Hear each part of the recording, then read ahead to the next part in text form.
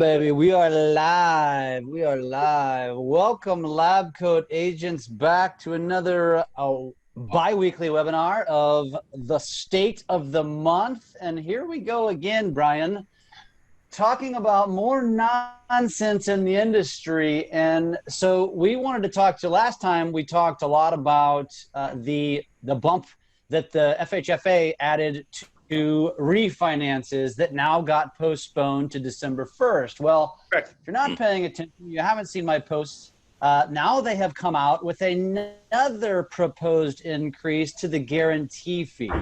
And so I think it's important for us to continue to talk about this, and let's talk about this one, Brian, and explain to the real estate community, first off, what is the guarantee fee and how is that going to impact us? So let's start with the what first.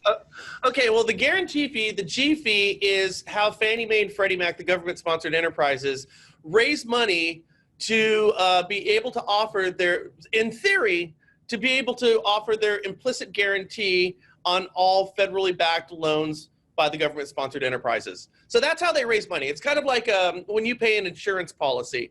Your money is going to be pooled with everybody else at Farmers or whatever, and when one person's house burns down, then that pooled money can go ahead and pay for that one burnt down house. You know, to use an analogy that we see in houses right now, especially in the state of California, if all the houses burn down, then you certainly aren't going to have enough money, which looks like it could be the case today. And with the potential for massive foreclosures across the board, or even dealing with deferred payments as a result of the COVID pandemic and some of our servicers, we have what amounts to a housing fire amongst all properties. So it is the pooled money that the government-sponsored enterprises use in the event that a house gets foreclosed on to make that investor or that mortgage-backed security whole again. So the reason why you know, somebody's going to invest in mortgage-backed securities, those bonds, is because they have complete faith in the federal government to make them whole in the event that something goes wrong. Those bonds become what are deemed triple A rated. And so we find foreign governments, we find pensions that will go in and invest in the American housing market in mortgage-backed securities. And because of that implicit guarantee, they're deemed extremely, extremely safe. Now, the problem that we've had with the pooling of money from the from the GSEs, from Fannie and Freddie, is that the United States Treasury, since they've been in conservatorship, have been saying, oh, you made $3 billion this quarter. I think I'm just going to take all of your money. They call them quarterly sweeps. And so what happened is Fannie Mae and Freddie Mac don't have the capital reserve requirements in the bank right now to deal with any type of foreclosure epidemic that might hit any area of the country. Okay, so they don't have the money. They're raising the money through their guarantee fee, their G-fee, but the United States Treasury is taking all of that money in quarterly sweeps, and they've been doing this for the past 9 years now, since they've been in conservatorship under the FHFA. And I told you this before, but I want you to think about this for a second. Over the past 9 years, Fannie Mae and Freddie Mac have been the most profitable company in the history of the world. This is a remarkable statement, and it's factually accurate. They have made hundreds and hundreds and hundreds of billions of dollars, more than Apple, more than Exxon, more than British Petroleum, more than IBM, more than anybody ever in the history of the world. And all of those profits are being taken by the federal government in the form of the United States Treasury. Now, how are they able to do this? Well, because as I told you guys before, Fannie Mae and Freddie Mac were not bailed out. Okay, we hear this, the largest bailout in the history of the world. That's factually inaccurate. What they did was they took them over. It was a hostile takeover. They created what was called preferred stock, and it superseded the common stock. And right now the federal government owns 82% of the most profitable businesses in the history of the world, Fannie Mae and Freddie Mac, and they have them under conservatorship with the FHFA. That's how they can rationalize stealing all their money. Now, the bailout or the hostile takeover, the $254 billion, do you realize not $1 has been paid against the principal balance? If you were to look at it as a bailout, which it's not. Not $1. They still owe every penny they owed the day that they were taken over, even though they paid it back plus $160 billion. they still have this massive principal balance, and it's because they were purchased. So let's get to where we're at right now. So the main source of income for Fannie Mae and Freddie Mac is taking what's called a guarantee fee on every loan. And it's going to come between 1.25% to 1.5% of that loan amount, and that's paid through the bank or whoever's funding that deal. Now understand, when that deal is funded, that 1 to 1.5 point fee, that's baked into the interest rate that your client is paying. Now, this is okay because they get a guarantee and it keeps a 30-year fixed rate meat and potato mortgage available for everybody in the country, and we accept this as the cost of doing business. This is a reasonable thing to do. It's unreasonable to take all their money and put them in a very precarious position. By taking all of Fannie and Freddie's money, what that means is that they will never be in a position to get out of conservatorship because they don't have the money in the event that, let's say, I don't know, a pandemic hits, right? So when Trump came in his administration, they said, well, we want to get the federal government out of the housing industry. We want to go back to what Fannie and Freddie looked like, which was a quasi-public-private partnership, where it was public money, or excuse me, where it was private money, but the public, the federal government, gave the guarantee. So it was a relationship between the federal government and investors. But in order for that to take place, Fannie Mae needs to recapitalize. They need to raise $240 billion. Now, they can certainly do this. It's going to take them a little bit of time, but they can do it.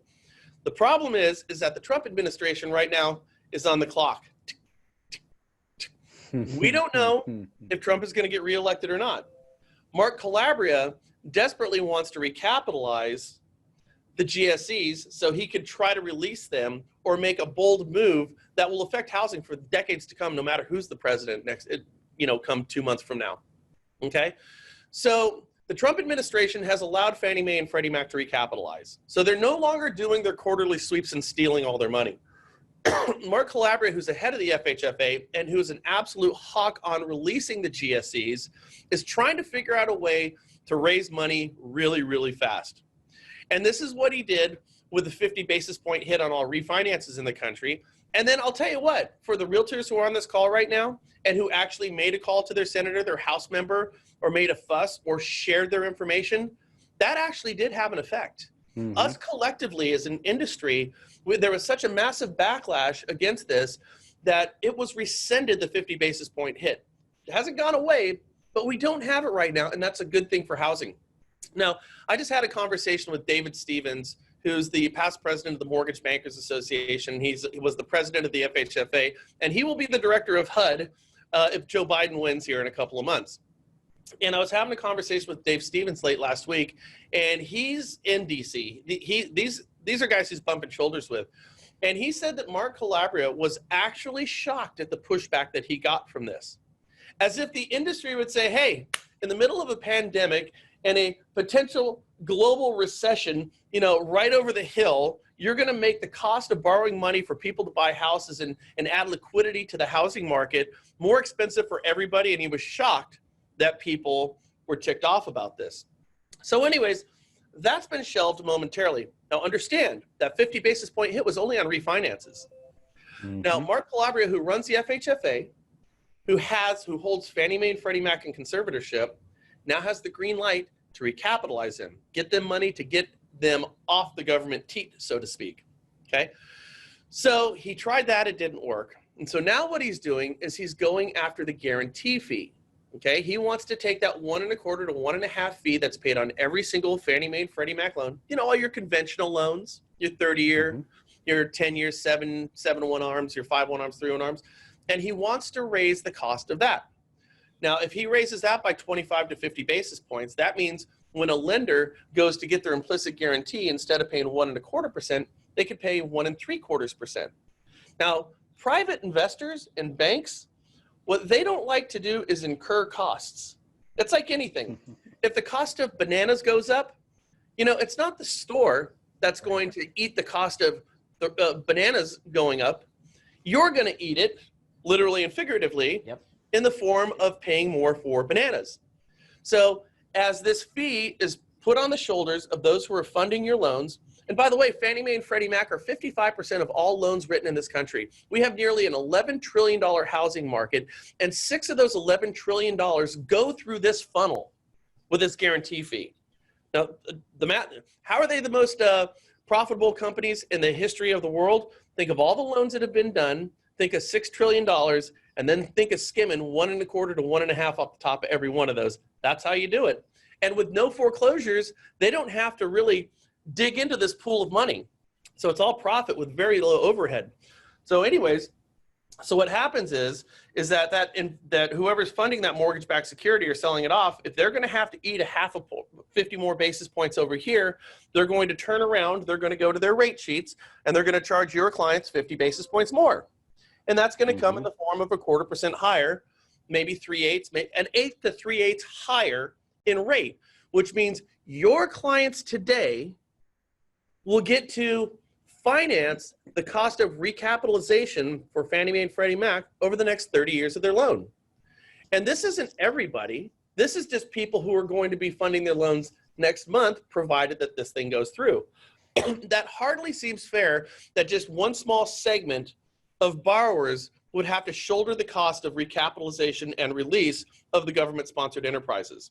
So the G-fee, the raise in G-fee, it goes something like this. We'll use the banana analogy again. Here's what Mark Calabria did. You can buy one banana for $2.50, or you could buy 2 for $5.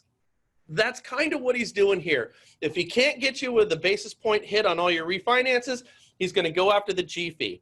This is what incredible low esteem Mark Calabria holds all of us in, to think that we are all so stupid that we're not going to see what he's doing. Because a rose by any other name is still just a damn rose, isn't it? Right. So you can collect the money here, or you can collect the money here. You're still collecting the money, and in either or both case scenarios, it's going to ultimately find its way to a rate sheet where your clients get to finance this. And it's entirely unnecessary. Now, just give me a couple more seconds here. When I was speaking with Dave Stevens about this, it's like, what is the thought processing that's going into this? And here's how simple it is. We always assume that our regulators and our policymakers are a lot smarter than we are. Well, he thought he was going to be able to pull this one over on us, which he couldn't. But here's what it really boils down to.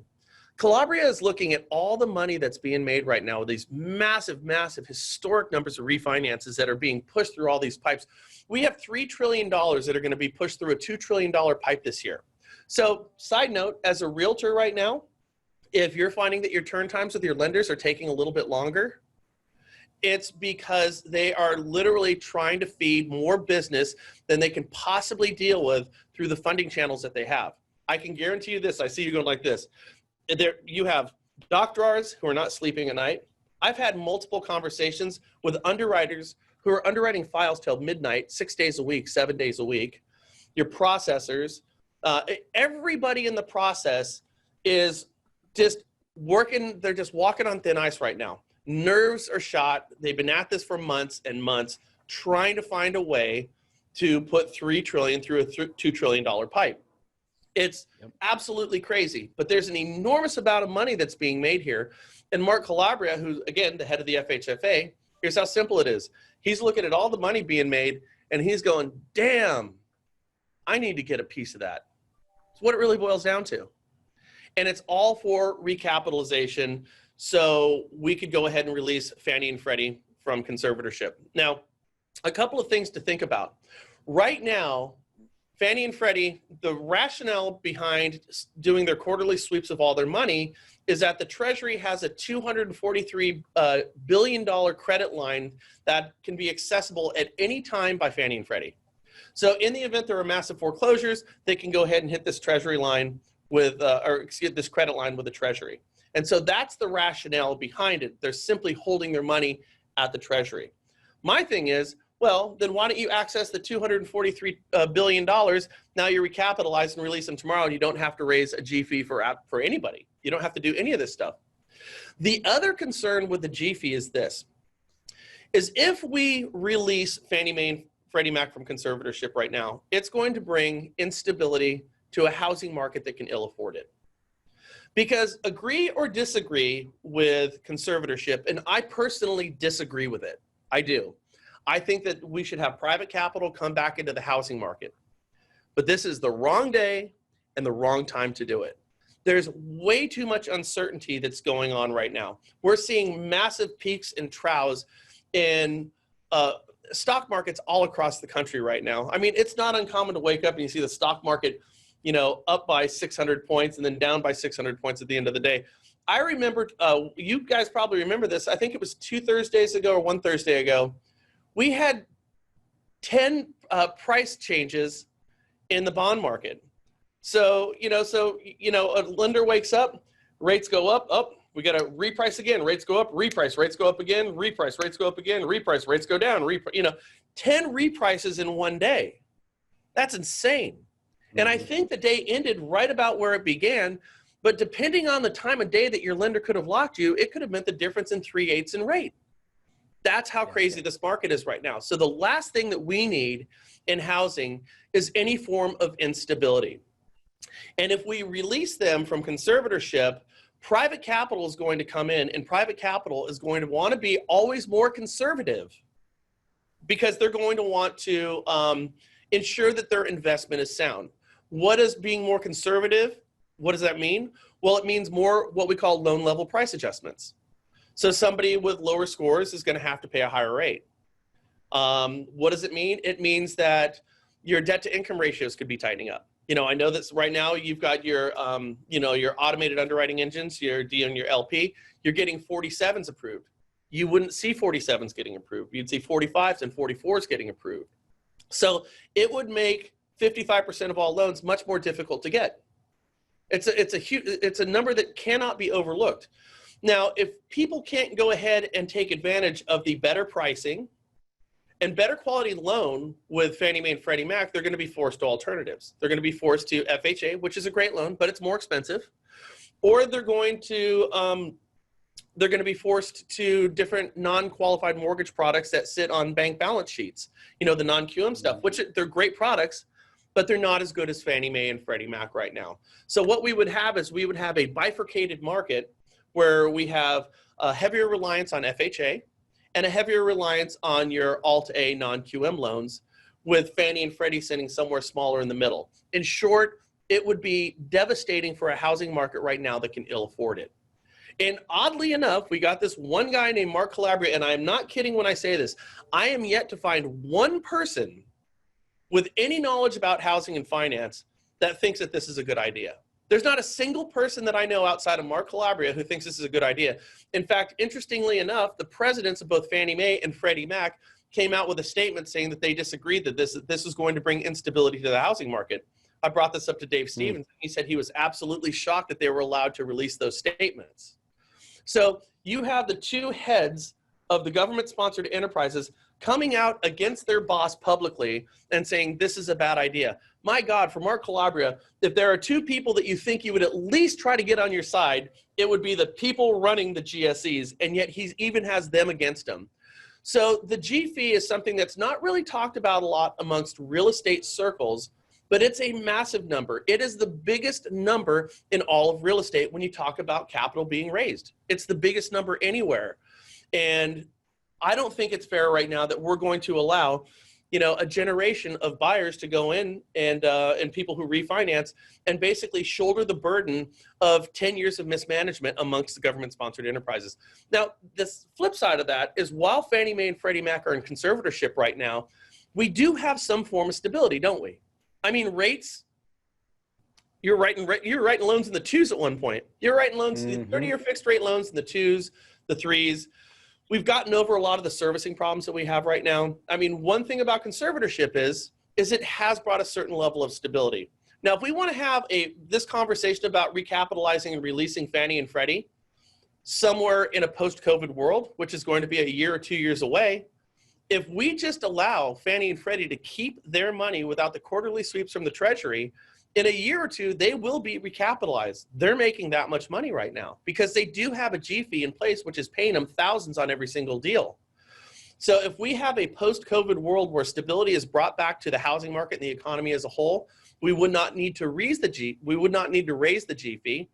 We would have stability all through this pandemic, and then we could go ahead and bring private capital in. It just feels like this is a little bit, it feels like a shotgun wedding, if you know what I mean. You know, and that's what this feels like right now. Oh yeah, 8.5 months, get the ring, Junior, you're getting married right now. That's what this feels like. It feels like we're trying to push something through that is absolutely premature. I mean, what do you guys think about this? You've looked at it. Is there anything about this that makes sense to you?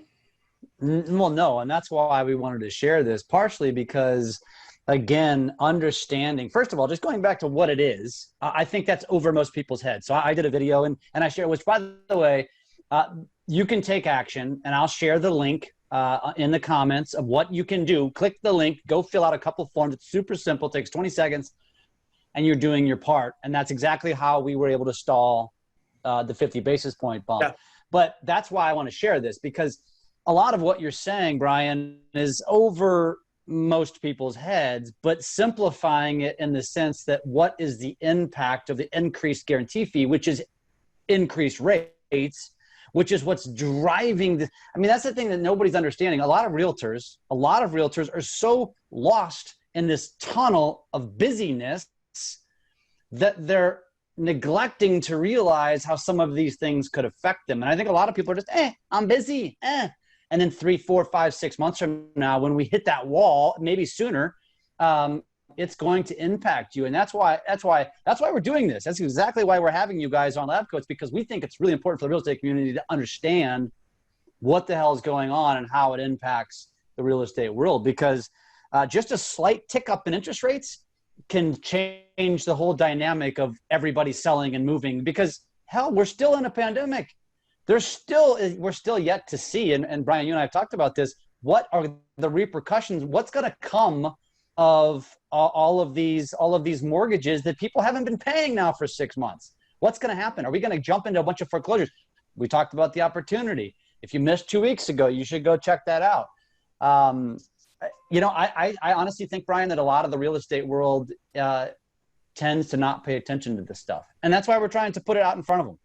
And I don't know if you have anything else to add to that to kind of grab a real estate agent's attention on this. Yeah, there are a couple things that I do want to share.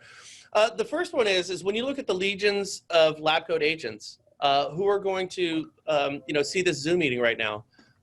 If just the LabCoatAgents, legions of LabCoatAgents that are out there right now, if they were to spend 5 minutes and reach out to their House of Representatives member and their state senators, spend 5 minutes. There's a link. You can just click right there. You put in who you are and say, hey, raising this G-fee is a bad idea. This is something that I absolutely disagree with. You know, the thing is, or even if you call your senators and your House members, they're not going to pick up. We both know that. But I do know this factually, that every single call is transcribed.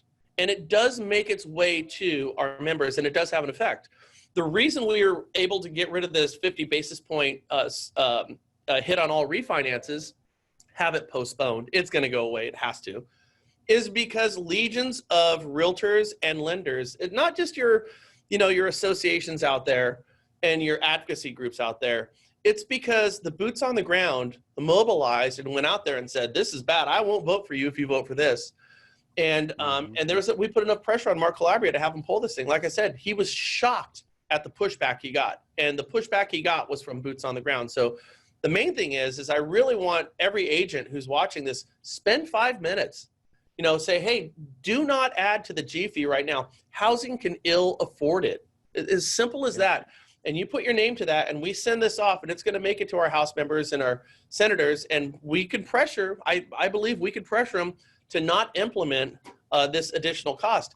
And when you think about, a half point hit to your guarantee fee, and it's going to come to an 8 to 3/8, in terms of, what the rate your clients are going to pay, there's been multiple studies that have come out here. You're going to put people into different buying groups. And we have property values that are still going up in every major metropolitan area. And there's an article that just came out today that said high home prices erase home buyers' increased purchasing power. So we have lower interest rates, property values keep going up, and it's just negating itself. If we raise our interest rates in an escalating and appreciating market right now, it's going to take the borrowers that you have today and the borrowers who you covet for tomorrow, and it's going to put them into lower purchasing groups on homes. And it's going to take some people and it's going to move them completely out of the home buying game. It can be that significant of a difference. And the last point is this, and this is how it always goes with housing. So if I make $400,000 a year and I have a quarter higher in interest rate, I don't really care. All right, I'm going to pay another $100 a month. What the hell do I care? I make $400,000 a year. If I make $32,000 a year and I'm a single mom with 3 kids working 4 jobs and I aspire to own a home somewhere in Baton Rouge, Louisiana or Akron, Ohio, and I can possibly get an entry-level home and realize the dream of home ownership, and I have 3/8 higher in rate, it's going to push me back into being a renter. And I think that sucks. So what this does, as is always the case with any of these policy changes, is it disproportionately hurts our underserved communities, the ones who can least afford it. And that's why it's imperative for our real estate agents out there and our lenders out there to really go ahead and make a stink about this thing. Let's not take housing away from people right now. Let's provide housing to people right now, because especially in some of these underserved communities, when we can take people and move them from renters to homeowners, there's a multitude of studies out there that say that these neighborhoods get better. They improve across the board with their schools, with their crime rates. Everything does when people own homes. And this is simply taking that opportunity away from underserved communities. And so, yes, I think it would be great if every agent spend 5 minutes, invest in the industry that has provided you your livelihood for how many years? It's different for all of us, but invest back into your industry, spend 5 minutes and write out to your House members and your senators, because we need it right now. It is right now. It's not even 5 minutes. I mean, it literally we'll share the link. It's to the National Association of Mortgage Bankers, and it's a link, and it's a letter already written for you. And all you got to do is put in your information. I'm not kidding. It takes 20, 30 seconds tops. It doesn't take any time. And that's all we all need to do. So I will include the link in the Facebook post. I'll even throw it here in the chat for those of you on Zoom, so you have it. But Brian, is there anything else that we should drive home today, or should we just end it with focusing on this? I had a kind of a funny conversation. Me and Frank found ourselves laughing our ass off about this last Friday. And I'll share this with you real quickly. So I speak with a group of managers for a mortgage company. I don't need to name right now. And we deal with them with lead generation, listing booster, and a bunch of stuff that we do. We generate tons of leads. And so we had a conversation with the managers saying, well, what CRM should we use? Should we be using this one or that one? Well, I like this about this. I don't like that about that. I like this about this. I don't like that. Well, what do you think about this? And all these managers are pouring over all these different CRMs. And they said, well, Jeff's doing something that really works over there. Jeff has a conversion ratio that is infinitely better than all of these CRMs that we're doing right now. And Jeff, he closed 19 transactions, 85% of which were purchased this last month. Jeff, what is it that you're doing over, after 20 minutes of laboring over all these CRMs and this automated stuff? And they went over to Jeff. They said, so Jeff, can you explain to us what you're doing over there at your office, where you have a conversion ratio that's 20 times higher than everybody else? He goes, we call everybody. I go, I swear to God this happened. They said, oh, interesting. So you call everybody. Yeah, I got 2 people here, and whenever a lead comes in, we call them right away. Well, maybe on our next managers meeting, you could talk about that for a little bit. Explain to us what you're doing, how you're doing this. Talk about this call thing. Let's talk about this whole call thing that you're talking about. Funny, not funny. Funny, not funny. He goes, well, I don't need to dedicate an hour to it. I have 2 people, and so we call them right away, and we just try to make it personal, talk to them about anything they want to talk about, and that's pretty much what we do. and the reason I bring this up, and it was funny, it was interesting to look at how everybody was trying to make this more complicated than it was.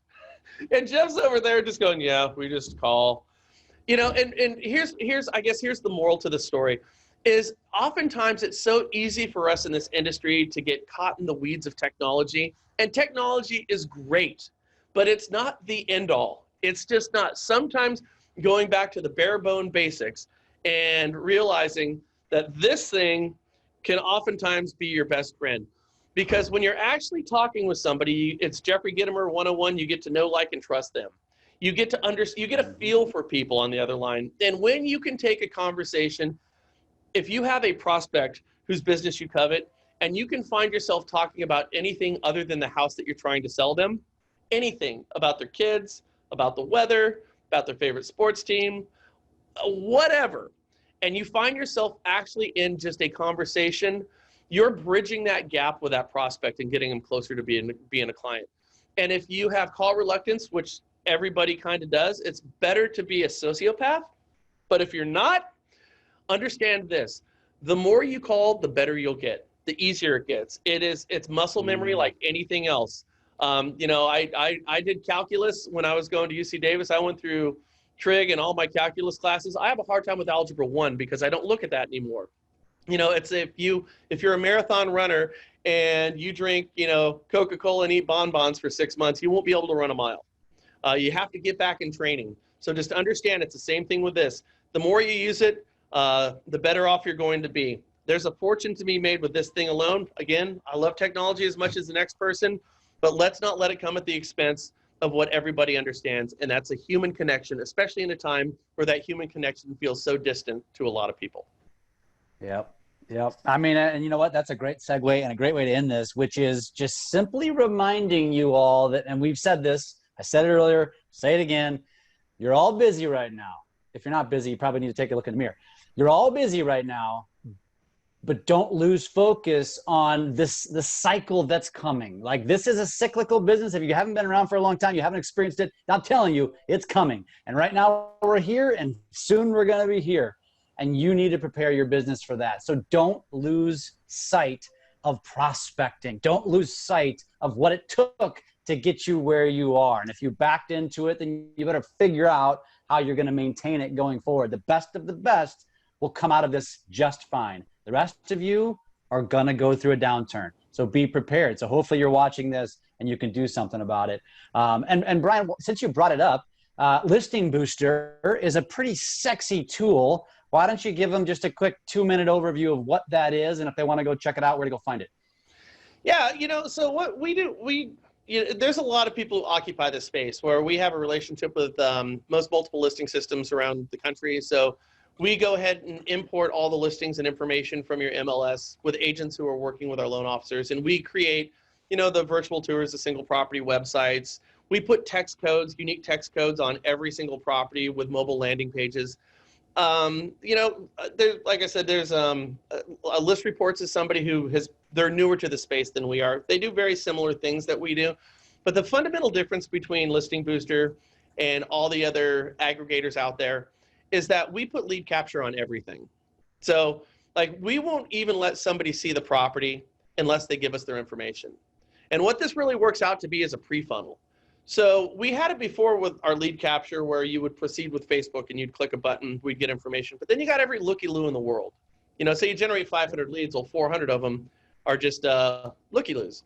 So, and then what you do when you generate that type of information, that type of data, you put everybody into a funnel of sorts, drip campaign, stuff like that. And then you make them jump through hoops, and, hopefully out of the bottom lands a client who goes through all the hoops, and you have somebody who's highly motivated. What we do is kind of like a pre-funnel system. We make people jump through the hoops before we capture their information. So by the time we capture that person's information, we have somebody who's actually gone through a number of different layered landing pages where they had to give us information. So we only get people that are much more highly motivated. And once they go through all of our pre-funnels, then they get all the content, which is, all the information on the house and amenities around the house, restaurants and things like that. So we're trying to limit the number of leads we get, but increase the quality of leads. And this is something that we've done very effectively. And our strategies that we use, I always say it's this simple. If you want to catch fish, go to a stocked pond, go where the fish are at. If you want to catch buyers and sellers, go where the buyers and sellers are at, and then make sure you bait your hook really well. And I think that's what we do extremely effectively. If you want to find out more about Listing Booster, all you have to do is go to listingbooster.com. We are the original ones in this space. We've been at it for a long time. And unlike other companies, we are not programmers who real estate. We are real estate people who program. Does that make sense? Everybody in my office has multiple decades working in real estate and lending. So I think that we have a better understanding what realtors and lenders are looking for. High quality convertible leads. We don't count our success in leads. We count our success in closed deals. That's a good point, by the way. And I will end it with that, is when you are looking into these platforms, it's not a bad idea to question what is their background, because you're right, not to knock the techies, because they're good at what they do, but at the same token, it is important to probably, if one is the same, if it's apples to apples, and one has a background in real estate and one is just real techie, I might lean over here. So that's a good point, Brian. I appreciate it. Check it out, listingbooster.com. Brian, as always, this has been wonderful. Hopefully in 2 weeks, we don't have another bit of nonsense to talk about, and we can talk about something maybe more positive. How about that? I always say that, I've been doing the National Real Estate Post now and Think Big Work Small for over a decade, writing a show every day. And people say, well, how do you come up with content? I say, I just find the absurdities in real estate and lending. And I highlight those. And unfortunately, business has been really, really great for 12 years. Yep. It's never going to go away. It's never going to go away. Well, thank you, my friend. We'll talk to you again in 2 weeks. Thank you for joining us, and we will see you guys here soon. All right. We'll talk soon. Thank you, everybody. I appreciate it. Bye.